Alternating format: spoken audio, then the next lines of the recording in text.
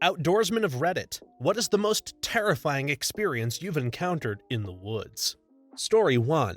Walking in the pitch black out to a deer stand. So dark you couldn't see your hand in front of your face. Heard some circling around me of something large. It was trotting along. No big deal, figured it was a deer. Then it stopped and let out the most bone-chilling howl I have ever heard. So loud it was like it was inside of me. A few wolves howled back in the distance and it ran off. Needed new underwear. Similar story, it was the first time I was camping and I was in a national park, but my campsite was a 5-minute walk to the bathroom that had the showers in it. I'm a morning shower person and it was dark that morning. I have on my headlamp and I'm just about to walk down to the showers, but I see some eyes shining about 15 to 20 feet from me. I said out loud, "Aw, the deer are out this morning," and one turns its head to look at me, and that's when I noticed its head was a little too wide and its ears were too small. I was looking at a small group of wolves, just chilling at my campsite. Never walked alone after dark after that. I once heard a wild wolf howl while staying in a B&B up in rural Canada, even after being inside a house, on the second floor with the wolf being a good distance away. This was such a primal shiver of fear I felt down my spine. And I'm also someone who works with animals, and has one-on-one interacted with wolves in captivity. I cannot imagine how terrifying this would be to know that he or she was circling you and calling to their pack a few feet away. Wolves are not just big dogs. There's a reason we're naturally afraid of them. Werewolves, on the other hand.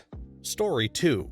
I was backwoods camping in Canada with my ex. Deep forest. We'd been out there a day or two and hadn't seen anyone. That evening, we were in the tent playing cards and heard something in the bushes, making a giant racket. It was getting steadily closer. It got to the area we were in and stopped. We debated what to do, but finally opened the tent, both completely freaked out, and found chickens. 3 chickens en route home to an organic farm we didn't know was nearby. I was surprised I couldn't think of a story for this thread, considering how much time I've spent backcountry camping in really remote places. But your story unlocked a memory. Summer of 2020, I took my kid on a mother-daughter road trip where we were mostly camping, for social distance reasons and because it's kind of our thing that nobody else in this family is interested in doing with us. We'd been driving for almost 10 hours at this point and finally managed to find a halfway decent unoccupied backcountry site about a quarter mile off the road in a section of Sequoia National Forest way up near a mountain summit. We were probably only about 2 miles from the nearest ranger station, but a long helicopter away from any medical facility. A little before sunset, I started hearing twigs snapping. Large twigs, more like medium-sized branches were being stepped on and broken. Then I heard it again from the opposite direction, about 10 minutes later. It became pretty clear that something large was circling nearby, so I calmly suggested to my daughter that we go hang out in the tent and listen to our favorite podcast on my phone to get away from the mosquitoes. Actually, to try and give the impression that there were more adult humans with us, and at least put one barrier between us and whatever was out there. Finally, just before dusk, I heard the movement of something heavy that was definitely located between our tent and our vehicle, so I mustered the courage to go out with a flashlight and investigate, because that's when I realized I had left our only weapon, a large hunting knife, in the trunk of the car. It was cows. Apparently, some local rancher had permission to graze his cattle in that area. I was a bit surprised considering our proximity to a patch of critically endangered redwood forest, but that's Central California for you. I had a similar experience camping with my BF.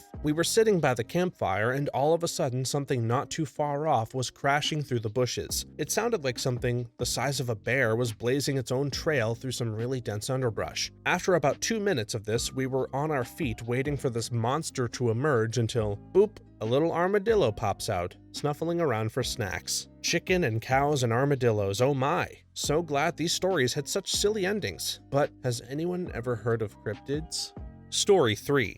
An after-dark flash flood that roared through camp. 12 of us, 5 of them were sleeping in the canyon bottom. It's amazing nobody died. That was 32 years ago and I still sleep lightly and always pack clean underpants. I've been camping in Arizona and I've seen people going to dry arroyos or washes to make camp because the sand is soft, there's some shade, less windy, etc. I've cautioned them and they usually look up at the sky and say, "Chill, it's not raining." Not here it isn't, but behind that ridge, see those clouds? People zipped up in their sleeping bags getting carried down washes trying to unzip a wet sleeping bag so they can swim. That's a truly scary thought. I had this happen to me. It was about 15 years ago. We were all sitting around the campfire in a wash after just being told by our guides 3 days before to never camp in a wash. We did not pick the spot, and I even commented on it beforehand. We were celebrating another kid's birthday, and we just kind of saw some water come right through the middle of us like a growing puddle and lift the campsite up and start floating away. Within 20 seconds, we heard a rushing sound. We had to do a river crossing, arms locked around each person, to cross a small, fast-moving but no idea how deep rush to get to the road. Luckily for us, the rush was only about 4 feet deep at the time. We then hiked about 5 miles and camped in an abandoned corral after using the sat phone to call for help. It was one cold, uncomfortable night. In case anyone is curious, the water goes from puddle deep to 3 feet deep in under 5 minutes. When we got up to the road and looked down, it was at the point where it would have started to reach our heads. I'm over 6 feet tall in under 10 minutes. That's how fast it is. God forbid you're asleep during it. You won't get out in time. Do you pack clean underpants because the fear of another flash flood makes you crap yourself like these stories do to me? Story 4. As a Boy Scout, we found a bunch of scorpions in our Adirondack. We ran outside screaming our heads off, and then lightning struck a tree like 20 yards away. We turned on our heels and ran straight back to the scorpions. Imagine screaming your butt off so loud that the heavens decided to tell you to be quiet and send lightning down. I was at a scout camp for National Camp School. I was training to be the ecology/conservation director for a summer camp and got in late, went to my assigned tent and went to sleep. Woke up in the middle of the night and looked up, and the entire ceiling of the tent was full of black widow spiders. I spent the rest of training sleeping on top of a picnic table under the stars. It turns out the other tents at the campsite had black widows also, so we ended up all sleeping on picnic tables at our training pavilion. Do you know where I have a 0% chance of encountering scorpions, black widows, or lightning? Inside my house. Story 5. When I was about 15 years old, me and some of my friends decided to go camping at a nearby lake. It was a 3 to 4 hour hike, and the nearest house was maybe 3 hours away. We brought some homemade wine and drank the whole night and ate poorly grilled hot dogs. Life was good. We all shared the tent, so it was crowded as heck in the tent, but we fell asleep around 2 a.m. At 4, I woke up because I could feel someone running their hand down my forearm. Not that unlikely that someone would brush up against me since there wasn't any space to move around in the crowded tent, but this was the arm that was facing the tent, so someone touched me from the outside of the tent. I sat up and got instantly horrified to see that all of my friends were sound asleep in the tent with me. I put on my deepest voice and shouted, "Whoever the heck you are, you need to leave." A manly, low voice answered me, "You should pack up your stuff and leave." Not threatening or aggressive, just calmly and in a dead kind of way. By now, all my friends were awake and just looking at me. No words, just pure horror in their eyes. I said, "Okay, we will go, but you need to leave. Hurry up." When we got out of the tent, this man, who is freaking huge by the way, has taken the little rowboat that was laying at the bank and gotten into it and was just sitting in the middle of the lake and watching us pack up our stuff and trying to get the heck away as soon as possible. We had to walk around the lake on our way back, and he was just sitting there watching us. We never went back. This was 17 years ago in a rural Scandinavian country. We have a free-to-roam law, so we were not trespassing. We knew our way around the small town we grew up in. Everybody knows everybody. There have been no people missing and or found dead. Never. There hasn't been a murder in generations. We told our parents, who at first tried to calm us down, and they said that we were probably overreacting, but the way he caressed my arm before he told us to go was not normal. When we told them everything and what he said to us, we were told to never go back. After COVID, we all met up and the subject came up, and we tried to do some digging. There are no houses or cabins anywhere near. The lake is way too small to fish in. When he was sitting dead center in his little boat, there was maybe 60 feet to land on all sides. No one has ever seen this man before or after. Okay, so fun story as an avid night woodsman. I was once this guy as a prank. My best friend and I used to hang out at these abandoned buildings that were sandwiched in a valley beset on both sides by 200 meters of fairly steep but still grassy hills. Tall grass. What we would do is go out to these buildings, climb to the roof, smoke a little, and watch the stars. Oh, to live somewhere devoid of light pollution. Anyways, one day we hear vehicles, what sounds like four-wheelers, and so an idea hatches in my mind. Now for context, this was around 10 years ago, so American Horror Story was still in the zeitgeist, and I, an avid Tarantino enjoyer, was already familiar with the song Twisted Nerve and could whistle it to bone-chilling perfection. So an idea so sinister I deigned to consider it today hatched in my own Twisted Nerve. We were going to follow the sounds of the ATVs and play a little backwoods prank on some fellas. And indeed, they had stopped for some cheap beers at the poorly lit but still lit park at the trough of a creek valley.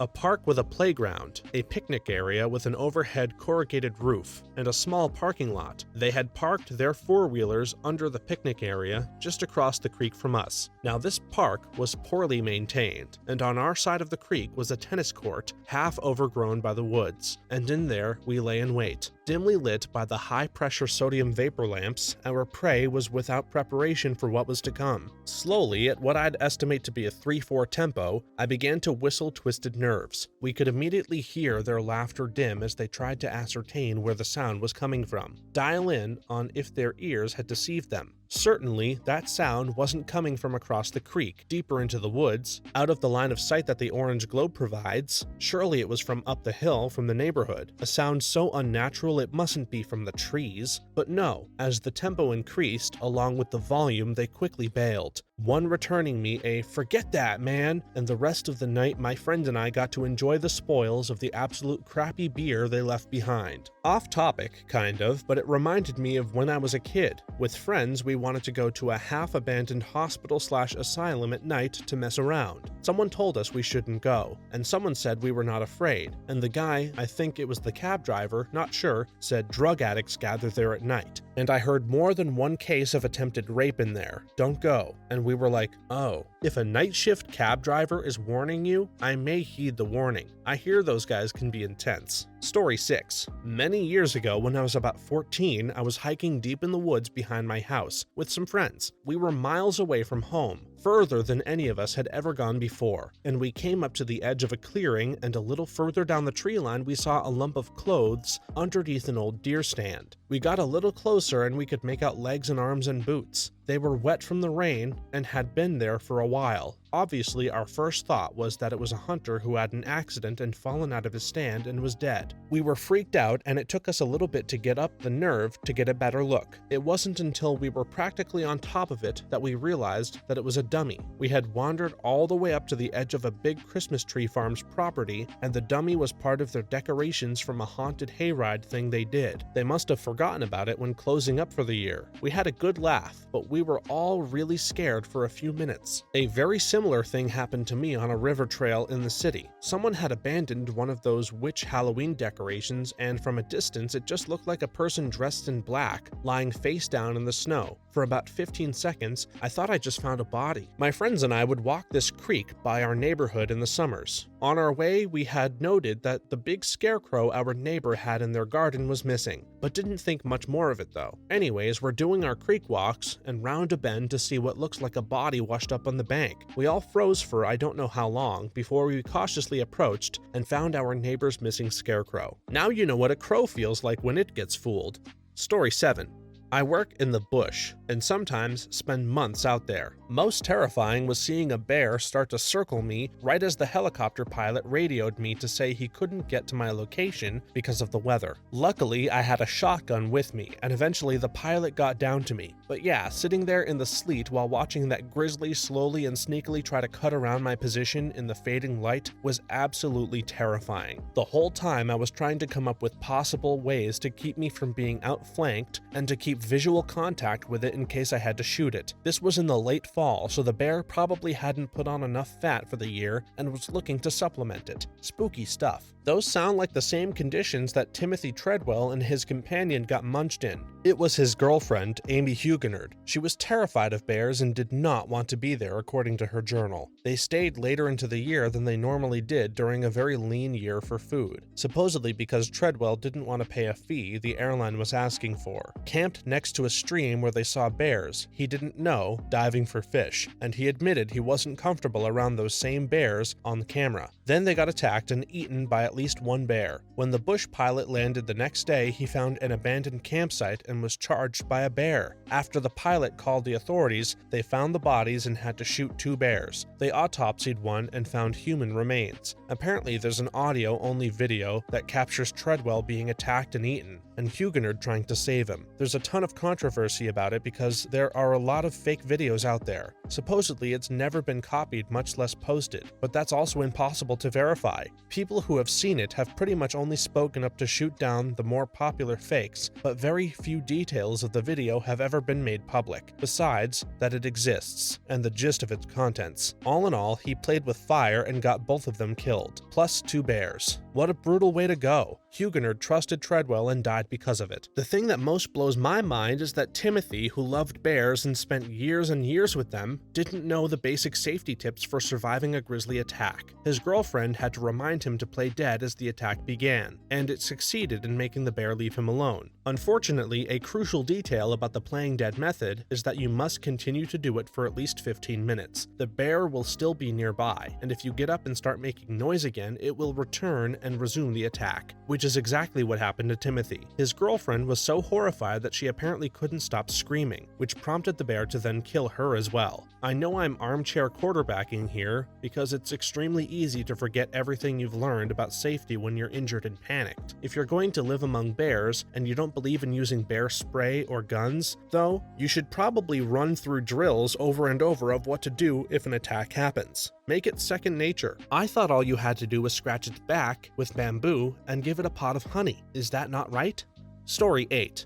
A few years ago, a teenager on the next road over went missing. They said he was autistic and ran away from home on foot. We're in a very rural area. They had cops and people walking in the woods for a couple of weeks looking for the kid, never finding him. The following summer, I found a jacket, some empty Pepsi cans, a knife, and a lighter at the base of a tree in the woods on our property. They came and looked again, but didn't find anything else. It was confirmed to be his jacket. I have an autistic daughter who can't speak. She rarely responds when spoken to. She will occasionally run off. I'm getting old. In 5 years, I won't be able to catch her. Check with your local sheriff department or police department to see if they have Project Lifesaver or something like that. It's a bracelet or something, I don't remember exactly, that can direct emergency responders to the missing person's location. My friend of 2 autistic kids, one being nonverbal, had our local sheriff department come talk about it at a school event recently. It's amazing how much technology has stopped these things from happening. Say what you will about smartphones, but they have amazing uses. Story 9.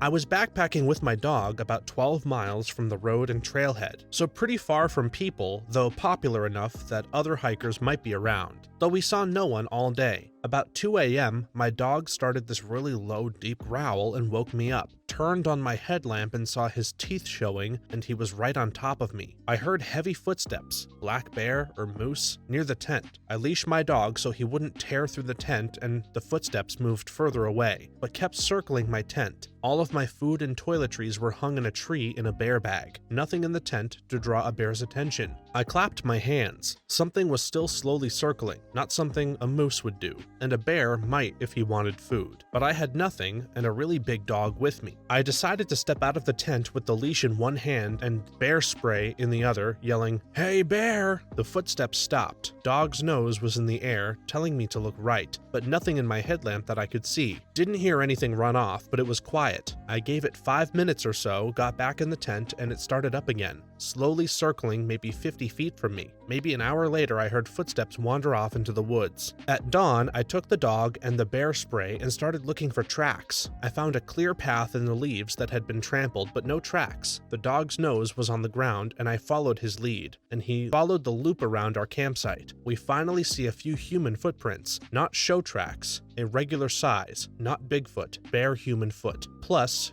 a human turd and toilet paper. Some jerk was wandering around the middle of nowhere near the tent and circling my tent for an hour or more and left a dump for me to find. We all heard the stories and not one of us believed it until we saw it. In the mid-90s, I was stationed in Germany. Well out on the ranges, we were told, don't overact if you see people in the tree line. They live here. Haha, scare the new kids. Good one, Sarge. And one day, afternoon rifle range time, we finished finish up and start cleaning up. About a dozen people just materialize out of the woodline begging for food. We gave what we had, exchanged hellos, and watched them melt into the forest. It was surreal. The only people out stumbling over other people's campsites in the middle of the night are crazy. You won't know if they're axe murderer crazy or take a dump in your campsite crazy, but you know they aren't normal. That really is scary. Do I have to pick between axe murderer crazy and take a dump in my campsite crazy? Isn't there a third option? Story 10. Absolute silence. No wind, no animals, nothing. 1 second, there were all the sounds of nature, then nothing. Lasted for a few seconds that felt like an eternity. We have property in the mountains of North Carolina that used to be isolated enough that you didn't hear anything except the sound of nature. There's more development these days on the other side of the ridge, but it's still pretty quiet. The first time I ever heard a fox scream though, man, I will never forget that sound. I was maybe 6 or 7 and kicked the side of the tent to wake up my dad. Us kids were inside the tent, my dad slept under the stars beside it. He was excited about it, explained exactly what it was and how cool it was that I got to hear it, so it made it a little less scary. Same property, but in recent years, it being so absolutely quiet in the dead of winter that you can hear snowflakes hitting the ground. It's not creepy, but it's definitely unsettling, like having earplugs in but still hearing whispers. I went camping with a friend once in some remote woods that were owned by his family, completely undeveloped. In the middle of the first night, we heard this unearthly moaning sound, like there were angry wraiths in the woods all around us. It was terrifying, unlike any animal sounds we'd ever heard. Turns out some squatters had built a little shanty in the woods, close to where we camped, and they had a few Irish wolfhounds that roamed the woods at night. They probably caught our scent and were nervously circling around us, not wanting to get too close, howling to each other. That sound is unnerving if you don't know what it is. Sometimes silence can be the most frightening sound of all, or the absence of sound, rather. Story 11. I was wild camping and testing out my new hammock. I usually take my dog with me, but as it was a new hammock, I thought I'd go solo. I set up just before it got dark. I couldn't get comfortable in it for the life of me, so I got on the ground. Stupid o'clock in the morning, and my dog was sniffing my ear. I thought, what is he trying to do? It's way too early. I remember my dog is at home and bolt upright. Turn on a torch and see the back end of a small badger running away. Must have been young. In the morning, I see all the signs of a badger run that I was right in the middle of. No idea how I didn't notice it before. I was sleeping on the ground under a tarp and I was awoken by my dog sniffing my ear, and I told him, without opening my eyes, in a firm whisper to stop it and go back to sleep. He stopped, but of course it took me a few minutes to remember that my dog wasn't with me. Could have been a coyote or raccoon or something. We were camping on some private land in the desert one night near Crestone in Colorado. As we were sitting around the campfire, we saw a flash of white circling us. Turns out it was a Great Pyrenees, the owner's ranch dog. Scared the crap out of me, but was a very good boy. Chased off the coyotes all night and would circle back to sleep near us periodically. Aw, the badger just wanted to give you a kiss good morning. You could have at least obliged him. Story 12. Was in my 20s growing pot in the coastal mountain range of California. Found a trash bag partially buried with a human torso missing its hands, feet, and head. I'm also in California, and if you smell pot in the woods, you turn around and leave in the opposite direction. Not unheard of to stumble upon a farm being guarded by people with automatic weapons and no reason to not take you out. A lot of cartels grow out here. There's a reason game wardens have body armor and machine guns. Man is commonly the most terrifying animal. Story 13.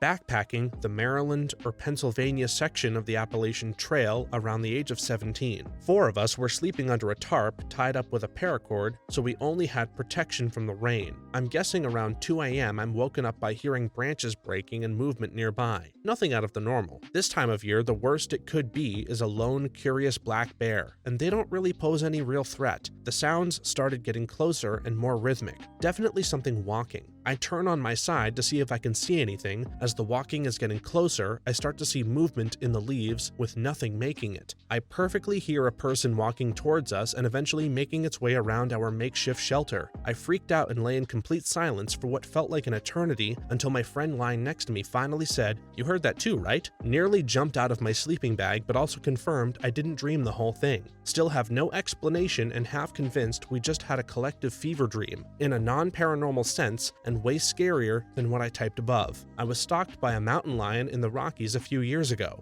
The unease that turns into full terror when you realize what is happening. Then fighting every instinct not to run like a mofo is a unique experience. Having that primal feeling that you are prey is absolutely terrifying. The Appalachian Trail is full of the unusual, honestly. So many stories come from it, both nice, "Oh, the stars were so beautiful, I got to experience a soul-shaking thunderstorm," and the "I was hunted," or some dude in a full pristine suit passed me at marker 15 miles between Adirondacks and lodging sites. I'm in the UK, but myself and my friends had similar experiences to the dude in a pristine suit. Seems a weirdly common experience that when wandering the woodland in rural Lincolnshire, you might cross paths with a well-dressed older man who smiles, nods, and greets you, walks on, and then seems to vanish abruptly. Nothing bad ever seems to come of it, but definitely unnerving. Something about lone old men in suits at night gets me every time.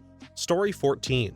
I was camping on the Deschutes River by myself one night. It was the middle of the week, so I had the campground to myself. There isn't another human being within 5 miles. I drink a few beers as the sun goes down in the canyon. Cloudy night, so no stars and no moon. No campfires, since it was well into fire season. Combined with the clouds, this made it essentially pitch black. It's dark and no one can see me, so I put on some headphones and start dancing around my campsite like a Woodstock hippie when my nose catches a faint whiff of something awful. I take off my headphones and hear nothing, and before I can turn my headlamp on, I hear a big thundering of hooves, feet, paws, feel a huge whoosh of wind about 2 feet in front of my face, and then a loud crash into the bushes next to my campsite. Before whatever had jumped through the bushes even hit the ground, I had run to my truck, laid down in the trunk, and locked all the doors. I didn't move for the rest of the night, slept in my vehicle, held like 5 beers worth of pee until daylight. When I wake up in the morning, all I can see is a small bit of blood on the tongue of my boat trailer, some sort of prints in the dirt, and a giant 5-foot diameter hole in the bushes next to my camp. To this day, I have no idea what happened. My hypothesis is that a deer wandered into the campsite and saw me being oblivious, dancing like a fool, but when I stopped moving, it got spooked and tried to run into a bush. Must have nicked itself on the trailer as it jumped over it. I don't think my life was ever in danger, but it was terrifying, and not knowing what it was makes it even worse. This thread is teaching me not to mess with earbuds when in nature. It sounds like either a moose or a bear came to your camp, based on the awful smell and the 5-foot wide hole in the brush. I'd say moose. They tear through brush like it's tissue paper. Sounds exactly like a wild boar, including the rushing from the bushes and digging the hole in the bushes. That's basically what they do. Holes like that are a telltale sign of boar activity. Those are some mean pigs also. They scare me way more than the bears, panthers, and alligators around here. Bottom line is no one knows for sure, and that's the scary part.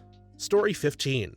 I had a bear approach my tent one night while my girlfriend and I were sleeping during a 7-day through hike. When you're sleeping deep in the woods, it's frequently the case that you hear little sounds that seem like big things. Then you worry a little as to whether or not what you are hearing is a big animal. With this sound on this night, there was absolutely no doubt that what I was hearing was a large animal and it was coming straight from my tent. All my food was hung in a nearby tree, and he must have smelled us. Not only did he come right up to the tent, but he started to sniff at the edge of it. We could hear him sniffing. At this point, we were still both in our sleeping bags, and my girlfriend was petrified. I banged on the side of the tent and yelled real loud. The bear ran off into the woods. A few minutes passed, and we heard him clomping through the brush, headed straight back to our tent. Then there was more sniffing, right at the exact corner he had sniffed at before. We yelled again, and off he went running back into the woods. By this point, I'd had enough, and I grabbed the bear spray, climbed to my feet barefoot and buck naked with only my headlamp and glasses on. I was asleep with my contacts out. I got out of the tent as quickly as I could. When I stood up, I immediately saw his eyes off in the distance. When you're wearing a headlamp, animal eyes reflect directly back at you, but all you see are 2 bright spots. I picked up a stick and hurled it in his direction while yelling, and he ran off. This was all on a section of the PCT in Washington. I was deep in the wilderness, but there were other campers at the lake that we were at. Wouldn't you know it, the other campers started cheering for my goofy naked behind. I'm not a camper, but sleeping naked in the woods like that that seems like perhaps not the best idea. Whoa, I had a similar bear encounter while backcountry camping. It was my girlfriend's first time camping, so she trusted that I knew what I was doing. We were up after the season, so there was barely anyone up at the campsites. We found a tucked away place to set up our tent, and I made burgers with my backpacking stove. We strung up our food and forgot to change clothes. In the night, my girlfriend said she heard something sniffing around the tent. I told her it was probably a raccoon or something and went back to sleep. I woke up again to a bang and the tent shaking. I asked if there was an earthquake. She said a bear hit her through the tent. I groggily started banging my water bottle to make some noise and then put music on. She said she heard it walking away, but we stayed in the tent and I fell asleep again. We got up later and went about our day. It wasn't until we were talking about it again at dinner that I realized what I thought was an earthquake was the force of the bear slapping my girlfriend in the face. She said she could feel the pad and the claws on her head.